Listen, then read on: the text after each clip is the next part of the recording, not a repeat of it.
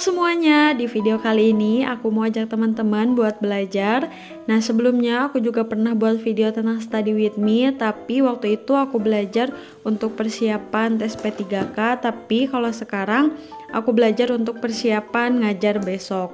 Jadi di sekolah tempat aku mengajar, siswa itu masuk sekolah cuman 1 minggu sekali, yaitu pada hari Sabtu, dan besok hari Sabtu.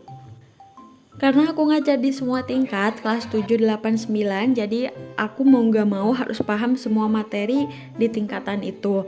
Jadi dalam 1 minggu, biasanya aku ngebagi waktu untuk belajar. Misal hari Senin aku belajar IPA kelas 7, hari Rabunya belajar untuk yang kelas 8, dan hari Jumatnya belajar untuk kelas 9. Nah, aku termasuk tipe orang yang kalau misalkan belajar biar gampang paham itu harus ditulis dan baca catatan sendiri. Nah, sebelumnya setiap belajar itu pasti aku catat di buku, tapi kadang suka lupa nyimpen bukunya itu di mana yang akhirnya si catatannya hilang.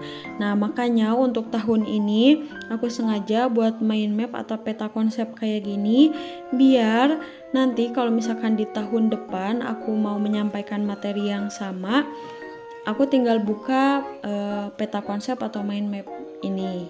Dan yang pasti si catatannya itu nggak akan tercecer antara kelas 7, 8, 9 itu dalam satu map. Jadi gampang nyarinya dan pastinya aku bakal simpen. Selain itu, aku juga suka buat catatan-catatan kayak gini, meskipun memang butuh waktu yang lama untuk buatnya, tapi menyenangkan. Sebenarnya catatan-catatan kayak gini tuh, contohnya itu udah banyak banget di internet, bahkan tutorialnya itu bisa kita cari di YouTube, dan aku pun terinspirasi dari mereka-mereka yang buat catatan kayak gini. Nah, dulu waktu aku kuliah ada salah satu dosenku yang setiap mau masuk ke pertemuan selanjutnya itu selalu menugaskan mahasiswanya untuk membuat mind map atau peta konsep. Jadi kan mau gak mau kita sebagai mahasiswa harus baca materi untuk pertemuan selanjutnya itu dan harus dirangkum ke selembar kertas yang isinya tuh harus bener-bener poin utamanya aja. Tapi dengan adanya tugas membuat mind map ini, kita pas masuk kelas itu jadi ada gambaran materi apa aja yang bakal kita pelajari hari itu. Nah, hal ini coba aku terapkan ketika aku mengajar, dan alhamdulillah ternyata responnya itu di luar dugaan. Anak-anak menjadi lebih kreatif dari contoh yang aku perlihatkan ke mereka, dan tentunya mereka jadi punya gambaran tentang materi yang akan mereka pelajari. Nah, membuat mind map atau peta konsep atau catatan kayak gini tuh memang banyak kelebihannya. Selain tadi, anak-anak tuh jadi ada gambaran materi apa aja yang bakal mereka pelajari, terus memunculkan sisi kreatif juga. Nah, selain itu mengasah literasi mereka dan tentunya melatih mereka menentukan mana materi esensial dari setiap babnya.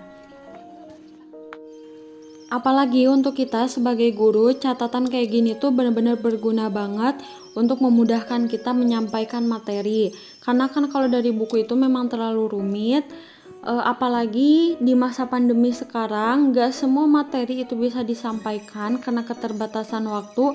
Jadi salah satu solusinya itu dengan membuat mind map. Apalagi yang sekolahnya berada di daerah perkampungan yang susah untuk akses internet dan anak-anaknya nggak semua punya handphone, itu cukup efektif menggunakan mind map ini. Nah, ternyata aku udah beres buat catatan materi kelas 9. Aku bolongin kertasnya dan masukin ke map biar nggak tercecer. Jadi kalau misalkan nanti aku mau baca-baca lagi, aku tinggal buka map ini karena dalam satu map itu udah ada 3 kelas, 7, 8, sama 9. Jadi aku nggak usah buka buku paket lagi. Kecuali mungkin kalau misalkan materinya itu butuh penjelasan yang lebih rinci, baru aku buka buku paket.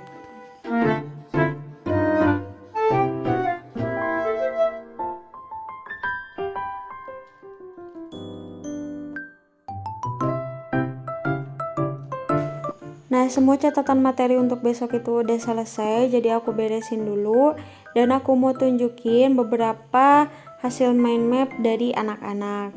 Jadi aku waktu itu pernah nugasin ke anak-anak buat main map, dan ini dia hasilnya.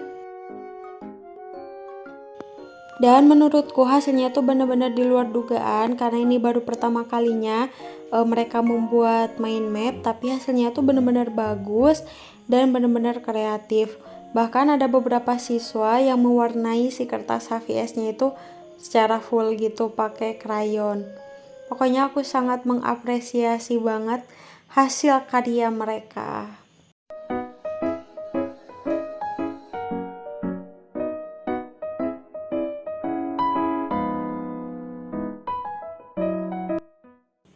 Nah, karena ini udah mau jam 10 malam, jadi mungkin sampai sini aja untuk video kali ini. Semoga ada manfaat yang bisa diambil dari videonya. Terima kasih yang udah nonton. Sampai jumpa di video selanjutnya.